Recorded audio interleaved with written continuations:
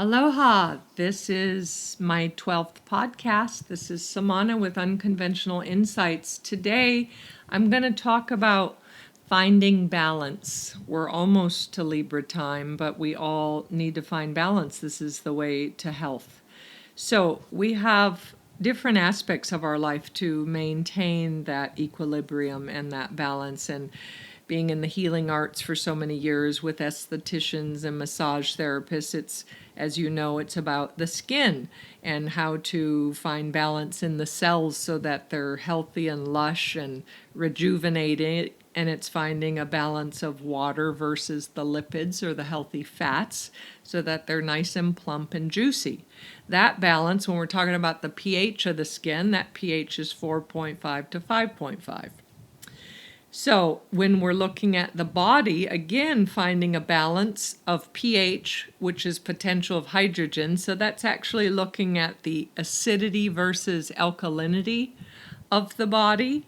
And that matters, like these cleanses and these different transformative 30-day programs that I put people through and teach life coaches about. All of this becomes very important. I even tell some people to go to CVS or the drugstore and buy those little pH strips so they could test throughout the month to see what their blood, their urine is, their saliva. So the difference of acid versus alkalinity. So the body is slightly acidic in nature, and it needs to be in order to be able to fight bacteria. Yet when it's too acidic, and that is caused through foods that are acidic, so sugars, alcohol, processed foods, fried foods, everything toxic, basically, that's not a clean, lean protein or that isn't a fresh organic fruit or vegetable, it's going to cause toxins or a healthy fat. So our diet, so I'm very big, this nutritionalist part of me for many years, this is one of my things, is part of the self-love, is to learn how to care for your body inside and out. So back to that healthy acid alkalinity. So one thing is I always tell my clients to drink a lot of lemon water. So lemon is a 3 on the pH, which is a fairly acidic element. Yet when we ingest it and drink it in our water or like on salads or however we take that lemon in, that it actually turns alkaline in the body and it helps our blood to stay perfectly balanced.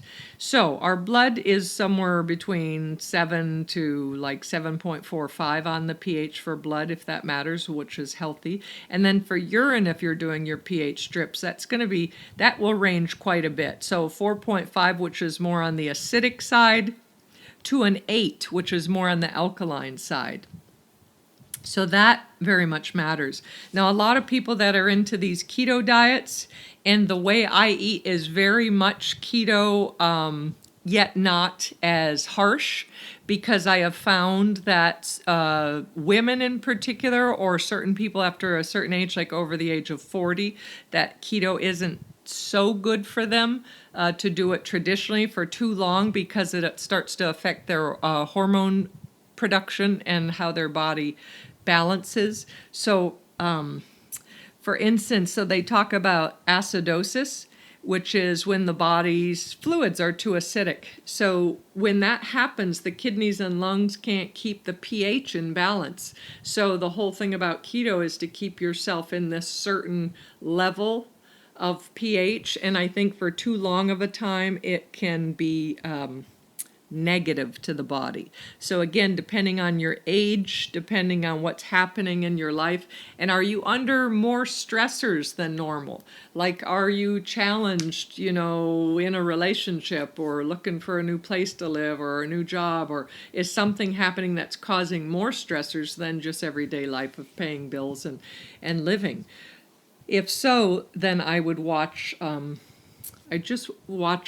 the way you nourish your body and make certain that you're getting enough, because as much as I'm not a fan of carbs in too much, because I'm O blood type, so O blood types, we shouldn't have so many carbs, but remember that fruits and vegetables technically are a carb.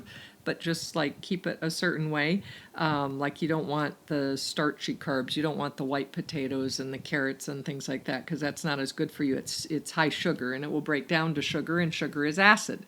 So we don't want that because it's going to age us and it's going to degrade our cells, and just stick with the vanity part about looking older.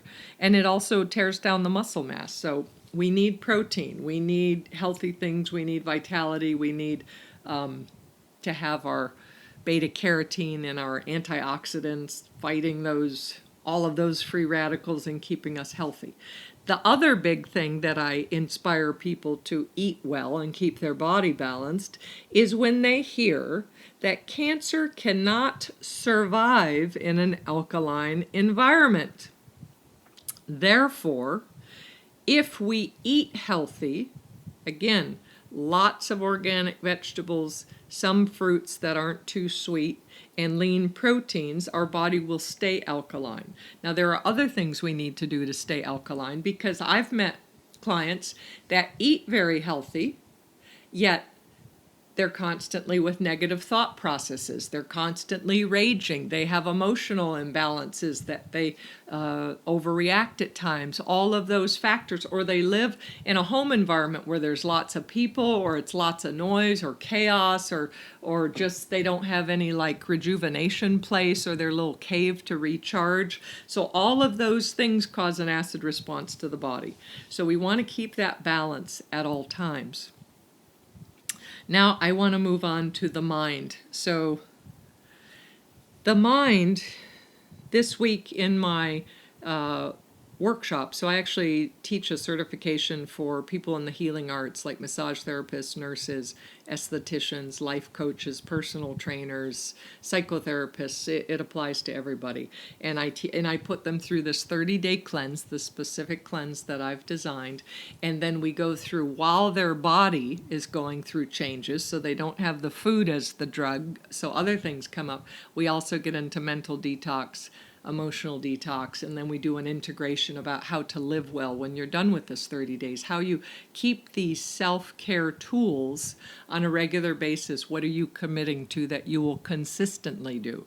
So all of that. But this week we're actually doing, because I have 5 clients that I'm working with right now, we're getting into mental detox. So I want to talk about mind, balancing the mind. So there's a spiritual term called equanimity. And I love that term. It's a Pali term, and basically it means even temper, mental balance, self-control. It's been defined as undisturbed by experiences or exposure to emotions, pain, or other phenomena that may cause others to lose balance of mind. Now, the simplest definition of equanimity that I ever heard is basically to remain balanced without going to either of the extremes. So if we picture that sign for the Libra, that balance sign, and are we in the center? Are we nice and even? Or are we one side is heavier than the other? Are we going to extremes? So we want to keep it even. And how we do that, the only thing I have ever found is meditation. So I have many of my people out there that pray, and I will continue to tell you, meditation is different than prayer. Prayer is talking to God or spirit or your higher self, and meditation is listening. It's letting the mind drop. And what is meant by that, in Chinese medicine, the mind is the same meridian. Like if you go in to an acupuncturist and you're saying that you have insomnia and your mind is racing all the time, or you have ADD and you have all these spinning out thoughts and you can't calm down and you like go from one subject to the other, they will basically use herbs and do acupuncture or acupressure points on the body that are on the meridian of the heart. So in spiritual practice, they say that you drop the mind, meaning that instead of it being up in the brain where it's spinning, and I always say it's like a hamster or a rat on a wheel, that it just goes in circles and circles and circles, those relentless conscious or unconscious thoughts that keep beating us up, keep going after us. So instead of that, you drop the mind, so it drops just below the belly button. That's called the dantian. That's where we hold that's our chi. That's where we hold our life force and our energy. And that also calms us. So if you're ever in a state of trauma or you're triggered or something, I always say my favorite tool is an instant take a cleansing breath, and it's literally inhale, a full exhale. Now there is something correlating to the breath.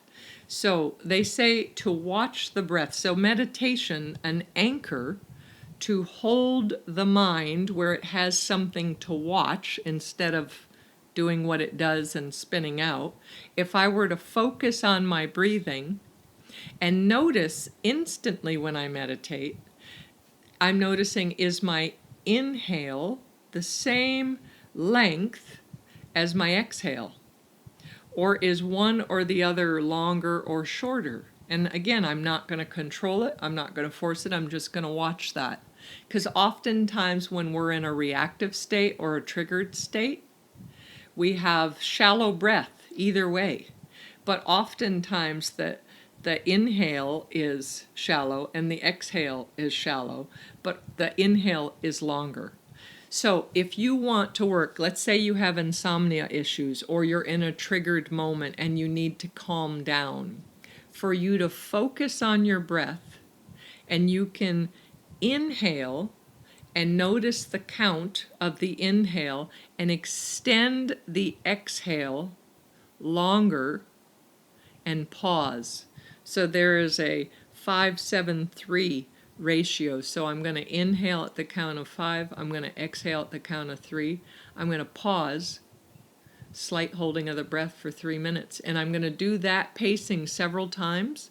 If I wake up in the middle of the night and I'm thinking a lot about things and I can't go back to sleep, I'll actually do this.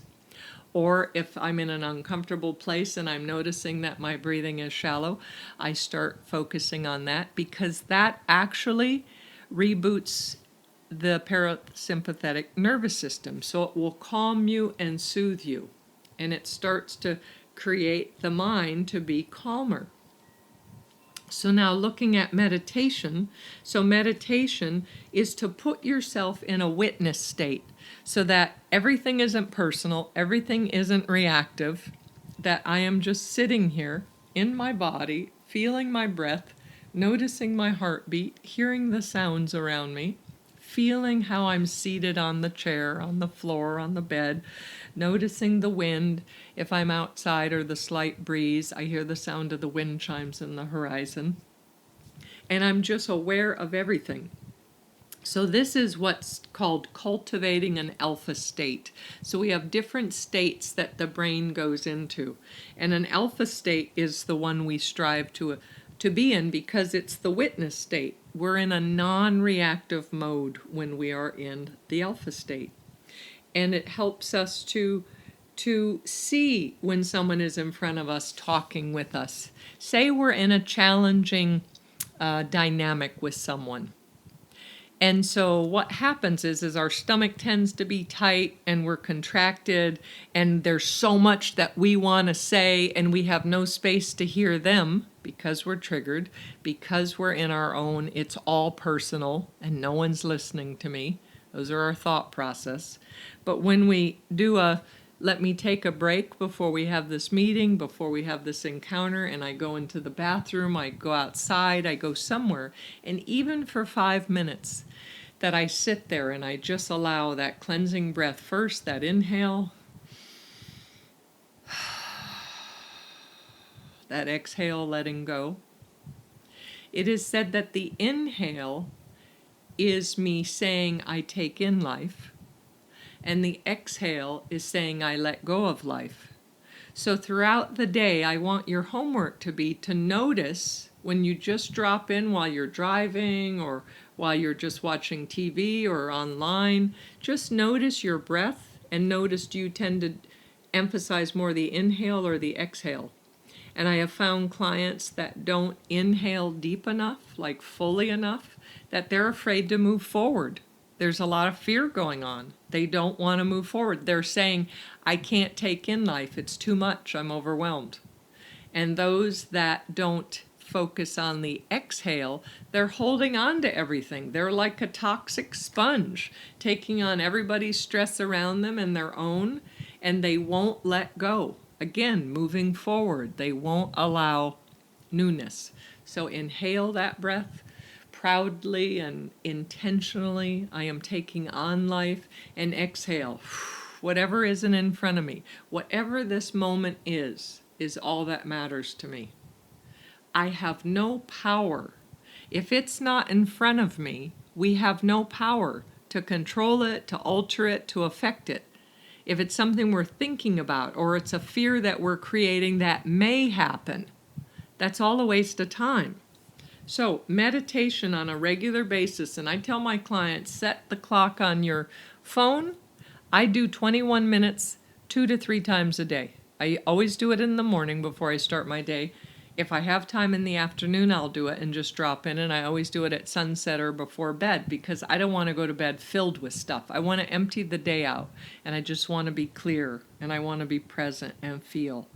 My thing is to help the planet, help as many people as I can.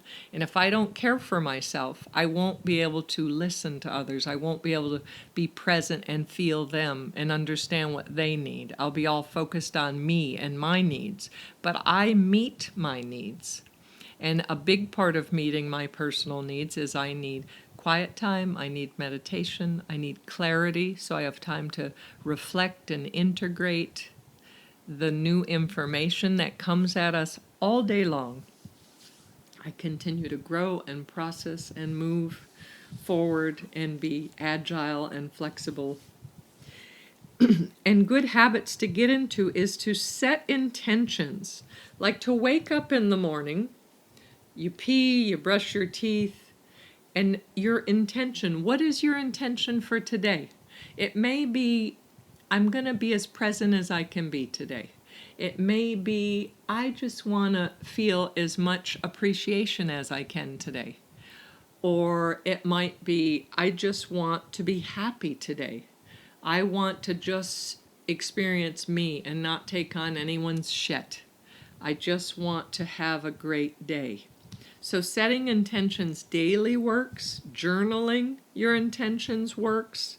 Again, journaling I recommend for 10 minutes. That's wonderful. And again, do it on a clock. Anytime there's a new moon, that's a perfect time. You have the universe supporting you. The new moon is the seed of planning something new for the next 30 days. So some people set their intentions on the new moon, but it's not necessary. And if you're in a partnership, you set intentions where you have goals, interactive goals with your partner, and do that regularly. We're doing our relationship, become a relationship architect, and we're doing an intensive, David Garrison and myself. So we decided to change the dates from 4 Tuesday evenings to an intensive during Scorpio time. So if you're in South Austin, we only have 12 spots. And matter of fact, I believe 4 of them are already taken. I'll know in the next day or so. Anyway, so we have 12 spots. And it's any age. It's for singles or couples, but if you're with a couple, we're going to separate you because the only way to have a healthy relationship is to first have a healthy relationship with yourself. So this is about a lot of inner clarity for who you are and what your needs are and what your blind spots are, what you bring to the table, so many things. We actually designed this most brilliant golden relationship contract that we're going to work on through the whole weekend and come up with exercises and various questions and some journaling for self, some interactive one-on-one, some in small groups. And you will have so much revelation, guaranteed. It's lightning bolt questions. And we're offering that the 16th and 17th of November from 10 to 5, including a healthy lunch, of course, that I provide. And it is $400, and if you, while there's still spots left, if you pay before October 16th, it's only $350. So that's one thing off to the side. But anyways, in partnership, as we will say through that weekend, to have agreements where you come together weekly or daily or monthly. But in monthly, you can have, like, what are our relationship goals? So there's always, in relationships, you have your individual goals and you have your relationship goals. And you need to have both of those because you have to have your independence and interdependence and a balance of both of those. I spent a lot of time engaging without resistance with my partner, and it's wonderful, and we keep growing together. And that happens because I spend, or we are to spend, a lot of time on our own, engaging with myself, fulfilling my own needs, being so happy and grateful. So, all of those are very important things. So, the quality of life is increased with intention to stay balanced, to do the self-care tools we need. So another thing, looking at this balance term, so a spiritual term, my teacher, it's a Buddhist term, has often said there is a where they talk about over-efforting versus under-efforting, and that really works for me, that phrasing, because I've noticed in all my years in running businesses and various things, and I tend to be a tasker. I tend to be highly responsible for whatever's in front of me. But I would notice, even in the middle of the process where I'm pushing, I could feel it in my solar plexus. I actually feel it in my heart and my stomach area where it's like tight, where I'm like pushing against this river. I have mentioned this in other podcasts, but where there's that tightness, and I know that I'm over-efforting in that moment. Meaning, if I were to be authentic with myself and check in, I would see if I'm feeling that tightness in my stomach, my core area, my instinctual inner child emotional area, I would know that maybe I need to go sit and meditate for a moment. Maybe I need to stop making the phone calls and the emails and cooking for whoever and doing whatever I'm doing and just stop for myself, take a cleansing breath, and reboot. So that is being aware of that over-efforting, so that pushing.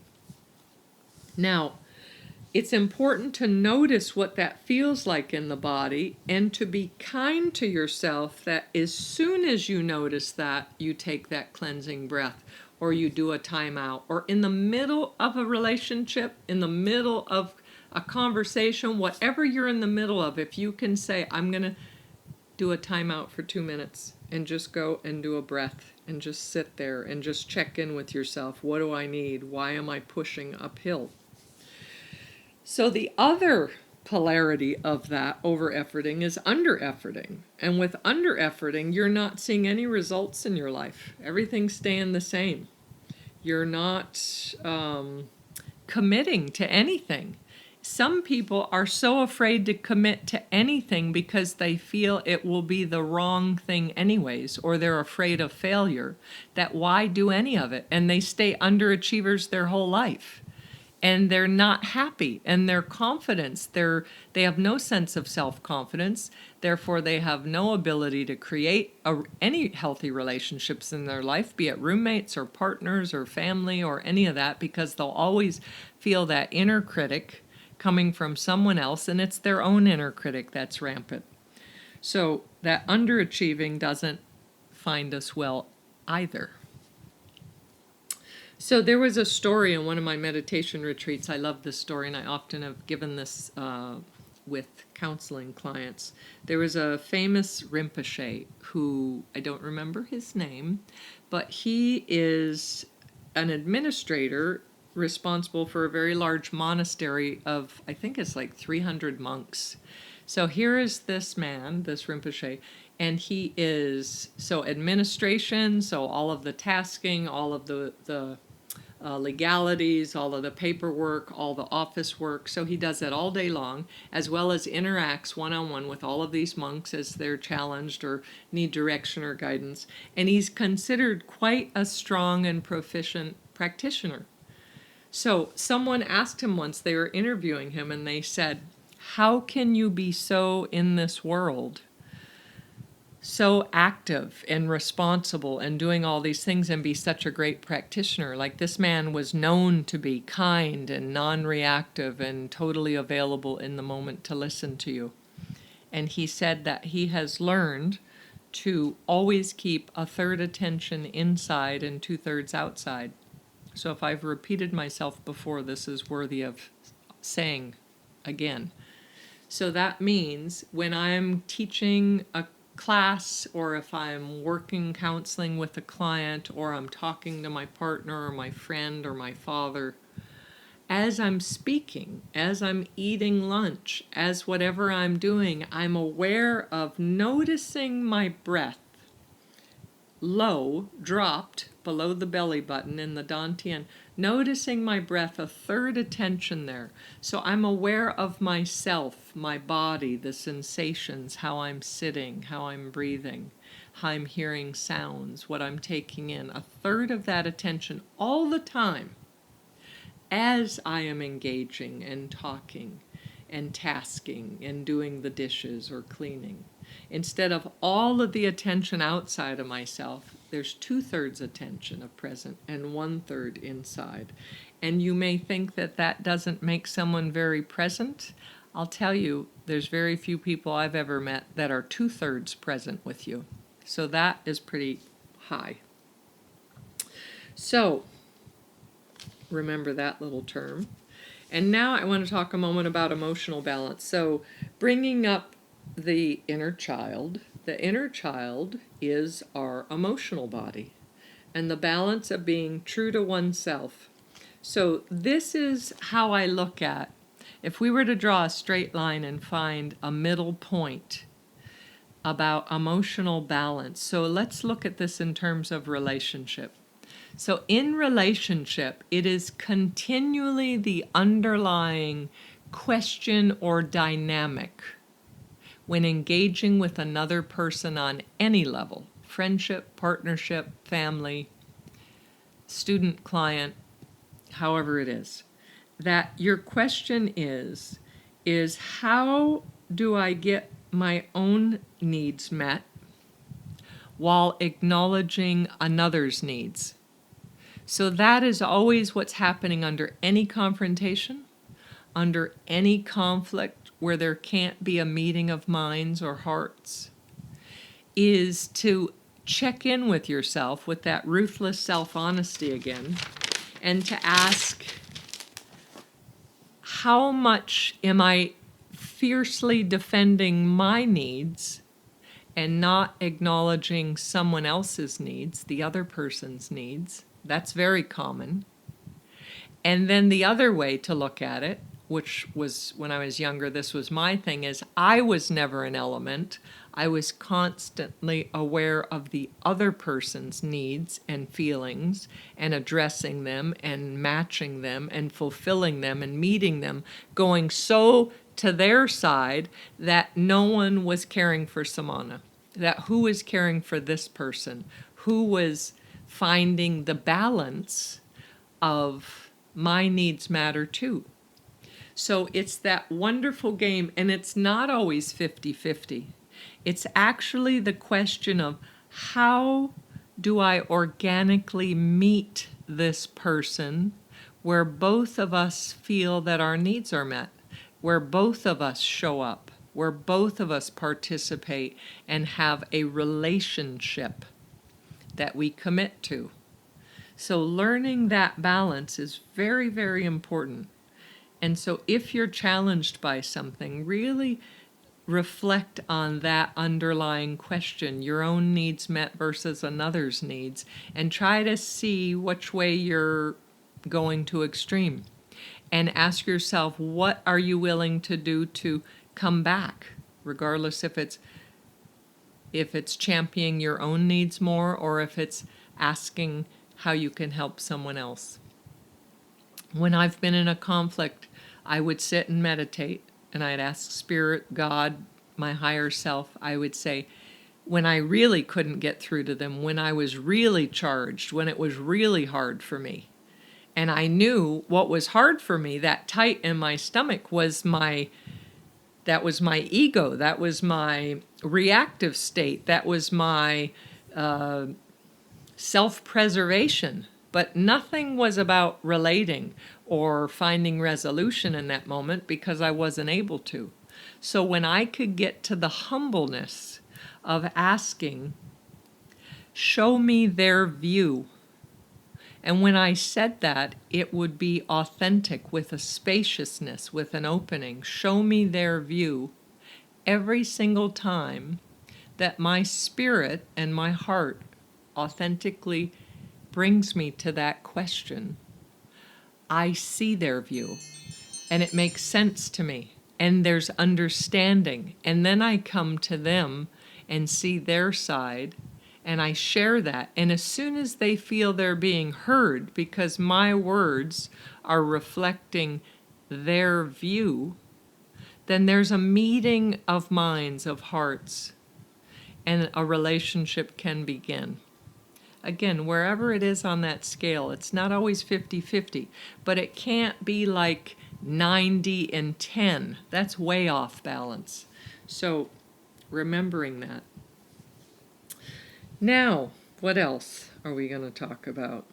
Okay, so talking about finding that balance. So many times I have to bring this in because it's my nature. So we bring in addictions to like compensate instead of addressing the underlying real issue.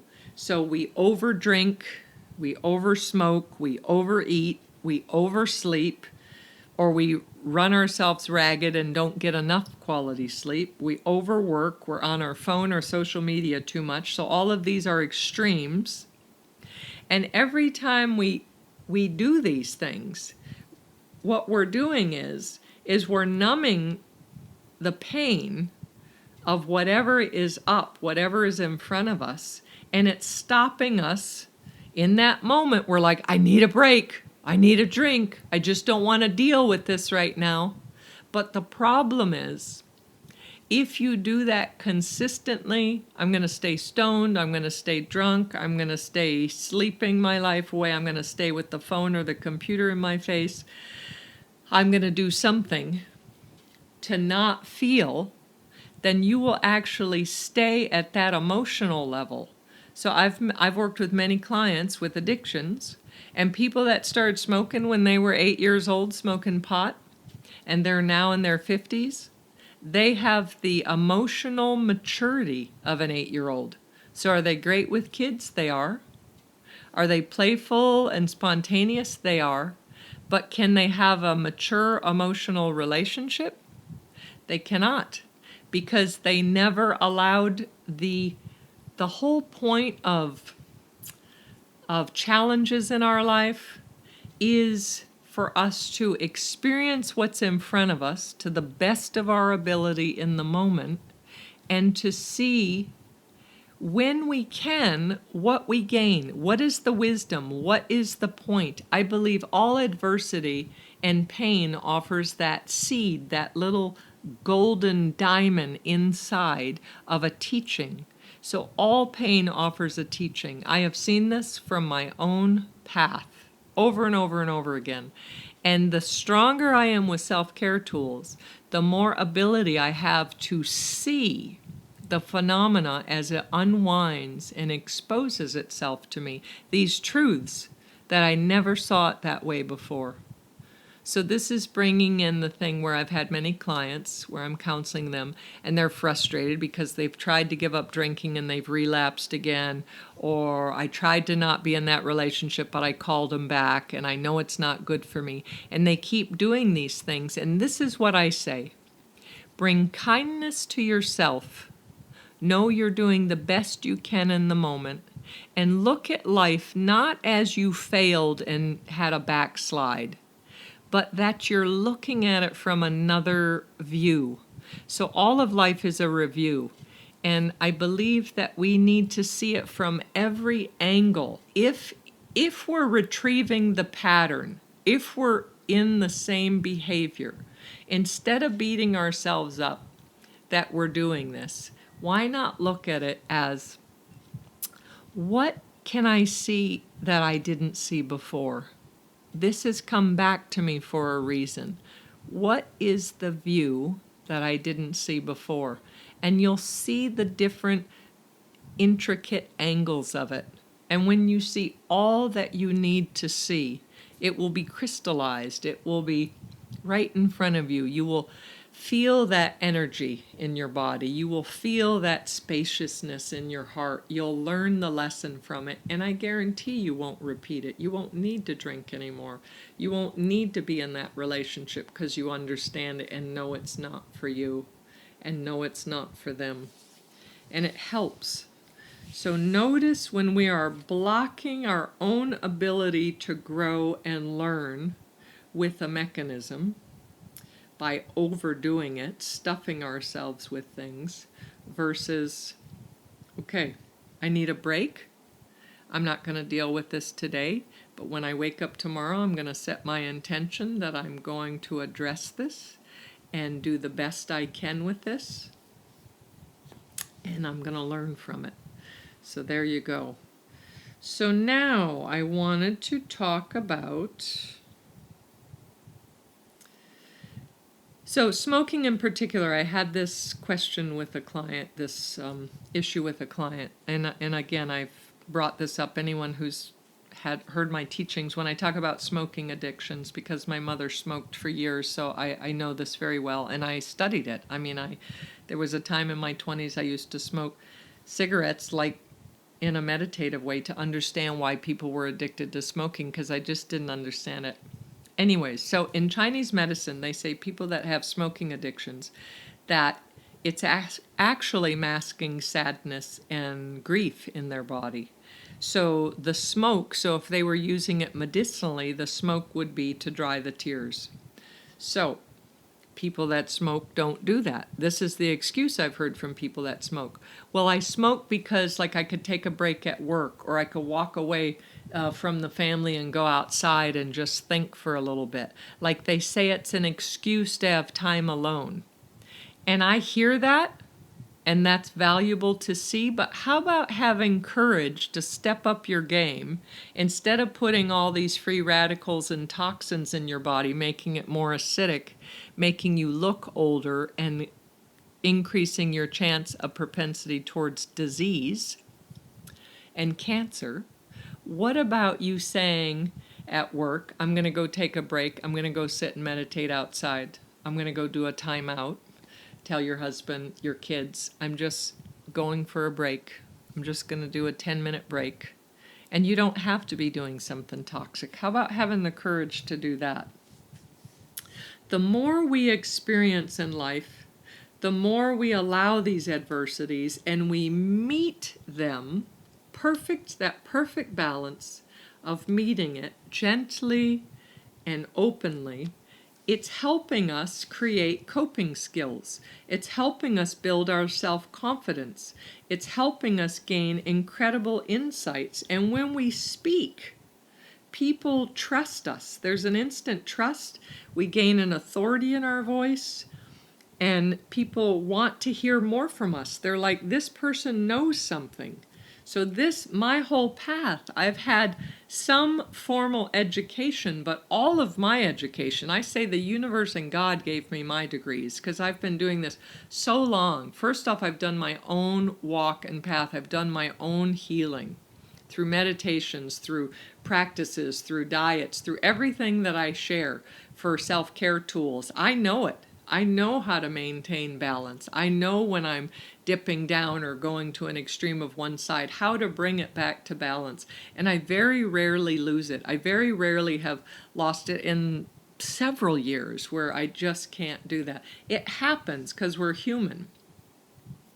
But to just keep doing our self-care tools, doing our check-ins, doing our what is happening here, and understanding, like, when we're doing behaviors that we're not proud of, we have to understand that our subconscious is in charge, that there is that rat on the wheel, the mind is spinning, and it is saying a repetitive negative thing. You will never be lovable. You will never be successful. You are ugly. You are old. You are a failure. That tape is constantly in our head. And what we need to do is sit in meditation enough times where we cultivate that muscle, where we learn to control the mind in a sense of directing it. I want it to focus on the sensations in my body. I want it to focus on the rhythm of my breath. I want it to focus on the gentle sounds outside instead of that unconscious tape. And then I get to see, it will reveal to me, my awareness will reveal to me what it is that phrase, that underlying negative critical phrase is, and why it's making me behave this way. In that moment, I can make choices and change it. So blessings and courage to all of you. So a reminder, I do life coaching for $100 an hour or 2 sessions for $150. I do it via phone or FaceTime, Messenger, Skype, so I'm available anytime. You could contact me. My number is 808-283-7587, and I want to do a little pitch for some of my workshops. So I have some SD workshops coming up, advanced trainings in October. On the 7th, I'm doing a microneedling, nano needling if you're in South Austin, and that's $195. That does come with a certification, so we're going to do a lecture for an hour, we're going to do a demo, and then you give and receive a treatment. I only take 10 people in any of these workshops for estheticians because I want it to be very one-on-one. And any of you that read my reviews on my website or any of my other places, you'll see that my students are my students for life and they love me. And I have a lot of integrity and I care about you, and I'm your continual connection from the point you take a workshop with me. On October 14th, I'm doing microdermabrasion with and without crystals, so diamond tip and with salt crystals, and oxygen facials. So again, you're going to get those treatments and you're going to do it and receive it and love it. And on the October 21st, I'm doing dermaplaning, and all of those are $195. It takes a $100 deposit to hold your space. I still have some spaces left in all of those. And you could do that. Contact me and I'll show you through PayPal's or so many ways that you can pay me, Venmo, and that's wonderful. Now, my relationship architect intensive, I don't know if I said this earlier in this podcast, but we change it to November 16th and 17th from 10 to 5. It's $400. I think I already said that, but let's say it again. That is with David Garrison. It's going to be wonderful. So you have 2 life coaches, highly experienced, highly dynamic, lots of wisdom, lots of insight. We will change your life. We're taking 12 in that one, and we still have some spots left. So your early bird special, pay your $350 before the 16th of October. And my favorite, which I'm doing this in a concierge format.